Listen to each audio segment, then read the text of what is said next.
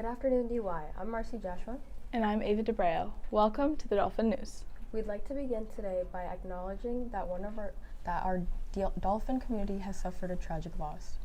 Gabe Sequeira was a passionate soccer player whose joy for the game lifted the spirits of his teammates. He was also a hard worker who deeply loved and was loved by his family and friends. Gabe's loss will affect the DY community for a long time to come, especially among his teammates and his fellow Dolphins in the class of 2026. For this reason, we'd like to respectfully dedicate this show to his memory. Once a Dolphin, always a Dolphin. Let's go to our principal, Miss Bennett, for a bit from Bennett. Good afternoon, DY. As we close a challenging week, I want to take this time to remind you that your emotions are valid and it's perfectly okay to feel unsure. As we work our way through these times, I'd like to suggest the importance of setting up a routine and a schedule. Establishing a consistent structure can serve as a reliable foundation, especially when the path ahead seems unclear. This stability can offer comfort and make the journey through periods of doubt a bit more manageable. Remember, each of our journeys through grief and healing is unique, but I assure you that you are not alone. Our school community recognizes the varied struggles you may be facing, such as ensuring the safety of your loved ones and the challenges that come with rebuilding. It's important to know there's no right way to approach these challenges, and there's no specific timeline for healing. Above all, we are here for each other. Our school is committed to supporting each and every one of you. I encourage you to use the resources we provide, which are intended to offer guidance and help initiate important conversations during these difficult times. Let's draw strength from our community. Please don't hesitate to reach out to someone you trust whenever you need. We are here to support you. On another note, I'd like to wish our field hockey team good luck as they host Quabbin High School tomorrow at 12 in their next tournament game. Good luck and go DY. Back to you, Marcy and Ava. Thank you, Miss Bennett. DY is hosting the SATs tomorrow morning, so if you are taking the test, be sure to arrive at the test center by 7:30 a.m. to allow plenty of time for check-in and setup. Testing begins promptly at 8 a.m. Please bring your admission ticket, which can be accessed through the Blue Book app after completing your exam setup, a valid photo ID such as a driver's license, or a passport, your College Board username and password for signing into Blue Book, a fully charged testing device with Blue Book installed and setup completed, an improved calculator for the math section, and a pen or a pencil for scratch work. Remember, some items are not allowed in the testing room. Leave behind all phones, smartwatches, fitness trackers, Bluetooth devices, and headphones. These must stay in your car, or they'll be collected at check-in. Bringing unauthorized devices could also result in a dismissal and score cancellation. You cannot bring cameras, recording devices, books, notes, highlighters, colored pencils, rulers, or paper. Don't worry, paper will be provided for the test. And do yourself a favor. You'll do better if you feel comfortable, and a healthy breakfast will keep you fueled through the testing. Eat well and dress in warm, comfortable clothes. Drink water and bring a jacket or fleece if you get cold. Good luck to everyone testing tomorrow. You've got this. Now, let's go to Dom for some sports news. Thank you, Ava. Today, the DY varsity football team will be going up against Greater New Bedford Regional Tech away at 6:30. The DY field hockey team is muscling their way through the state championships. Earlier this week, they defeated Ipswich 4-0 to advance to the LES round, or the Elite 8 round. Up next, the Dolphin will host the Quebec Panthers on Saturday at noon. Come out and support their girls as they push one step closer to MIA history. That's all for the sports. Back to you, Marcy and Ava. Thank you, Dom. Poetry Out Loud is just around the corner.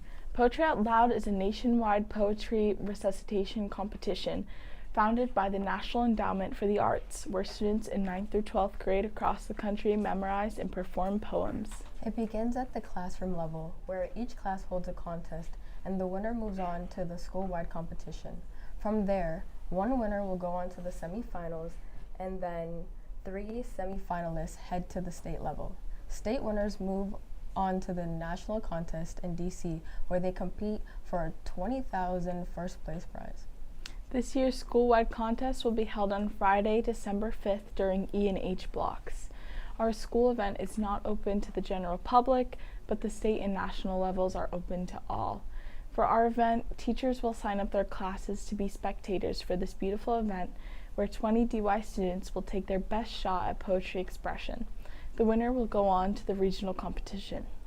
Nationwide last year, there were over 157,000 student participants who advanced from their local competitions to state and jurisdictional finals.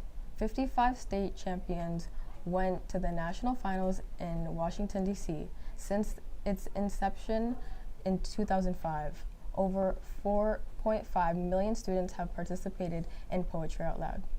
Marcy, did you know that last year our very own Zara Norris placed number 5 in the state? I did know that.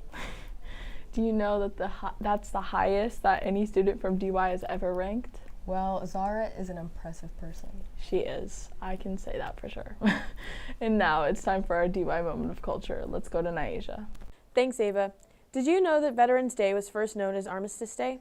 Back on November 11, 1919, Armistice Day was celebrated to mark the one-year anniversary of the signing of the armistice between Germany and the Allied powers, thereby ending World War I. Veterans Day is often confused with Memorial Day because both honor American soldiers. However, Memorial Day is reserved for those who fell while in service or who have passed ever since. On Veterans Day is a day to set aside recognition and recognize a person who served in active military, naval, air, or space service and who was discharged with honors. In 1938, President Franklin D. Roosevelt made Armistice Day a federal holiday to honor the veterans of World War I. In 1954, the holiday's name was changed to Veterans Day to celebrate all American veterans. So if you know a veteran, be sure to thank them for their service on Tuesday. Back to you, Marcy and Ava. Now it's time for our DY Student of the Week, who will receive a free sub from Jersey Mike's. This student was called Outstanding by her nominating teacher. She arrives to class every day with a positive attitude and goes above and beyond to assist the teacher in any way she can. Her organizational skills, leadership skills, and passion for the class are always on display, making her a true DY role model. She not only works to improve herself, but to better the classroom experience of all of those around her. This week's Student of the Week, as nominated by Ms. McMahon, is Bella Law. Bella, thank you for being such a remarkable person. To receive your free sub, please see Mr. Winham in room 414. Now, we go to Kenzie with our weekend weather update. Thanks, Ava. This weekend is going to be full of rain, with the rest of the day having windy and cloudy conditions. The temperature will continue to go up, reaching a high of 56 degrees at midnight. Saturday will have a high of 59 degrees at 2 p.m., going down to 47 degrees at midnight that evening. There will be partly sunny conditions, with rain coming and going in the morning hours. Sunday will start off with a low of 45 degrees and will go up to 55 degrees that afternoon. The cloudy and windy conditions remain throughout the course of the day, and there is a chance for rain in the late evening. Stay dry, DY. Back to you, Marcy and Ava. That's all we have for today. Thank you for watching and Have a great day in Dolphinland, DY.